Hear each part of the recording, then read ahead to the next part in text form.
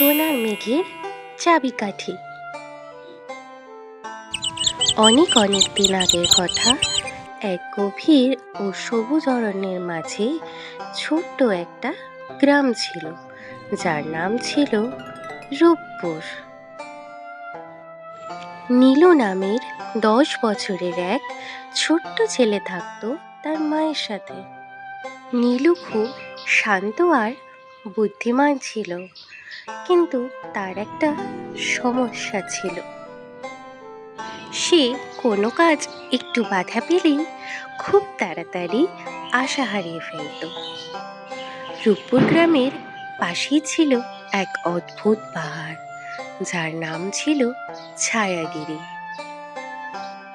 যে কেউ যদি সেই মেঘের কাছে পৌঁছাতে পারে, সে জীবনের পরিবর্তনের এক গোপন চাবি পায়। গ্রামের সবাই বিশ্বাস করত ওই পাহাড়ের চূড়ায় একটা জাদুকরী সোনার মেঘ বাস করে। তবে সেখানে পৌঁছানো মোটেই সহজ ছিল না। পাহাড়ের পথ ছিল অত্যন্তই আঁকাবাঁকা আর পাথুরে। একদিন নীলুর মা খুব অসুস্থ হয়ে পড়লেন। গ্রামের এক কবিরাজ বললেন, নীলুর মাকে সুস্থ করতে হলে এক ভেষজলতার প্রয়োজন। কেবল ছায়াগিরির পাহাড়ে গরুয়াতেই জন্মায়, কিন্তু ওই পাহাড়ে ওঠা অত্যন্তই কঠিন। মায়ের অসুস্থতা দেখে নীলু আর ঘরে বসে থাকতে পারল না। সে মনে মনে বলল, আমাকে ওই পাহাড়ে উঠতেই হবে, মায়ের জন্য ভেষজ লতাও আনব। পরের দিন খুব ভোরবেলায় নীলু একটা ছোট্ট লাঠি হাতে নিয়ে বেরিয়ে পড়ল পাহাড়ের উদ্দেশ্যে।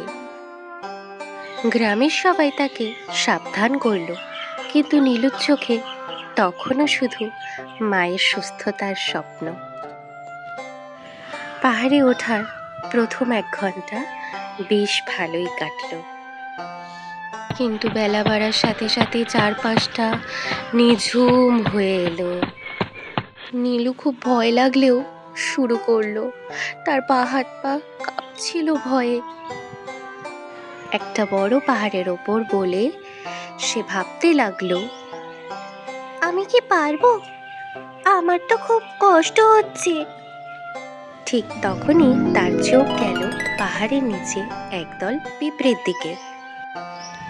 একটা ছোট্ট পিঁপড়ে তার নিজের শরীরের চেয়ে 3 গুণ বড় একটা খাবারের দানা। পিঁপড়েটা বারবার পড়ছে, কিন্তু দানাটা রেখে সে ফেলে চলে যাচ্ছে না। পিঁপড়েটার এই চেষ্টা দেখে নীলু মনে মনে একটু সাহস অনুভব পেল। সে উঠে দাঁড়িয়ে বলল, একটা ছোট্ট পিঁপড়ে যদি হাল না ছাড়ে, তবে আমি কেন পারবো না? সোনার মেঘের চাবিকাঠি দ্বিতীয় পার্ট খুব তাড়াতাড়ি আসছে। ততক্ষণ বন্ধুরা, গল্পটা ভালো লাগলে আমাদের চ্যানেলটা অবশ্যই সাবস্ক্রাইব করো এবং পরবর্তী ভিডিও পেতে আমাদের চ্যানেলের পাশে থেকো। ততক্ষণ তোমরা সকলে ভালো থেকো। দেখা হচ্ছে পরবর্তী ভিডিওতে। টাটা।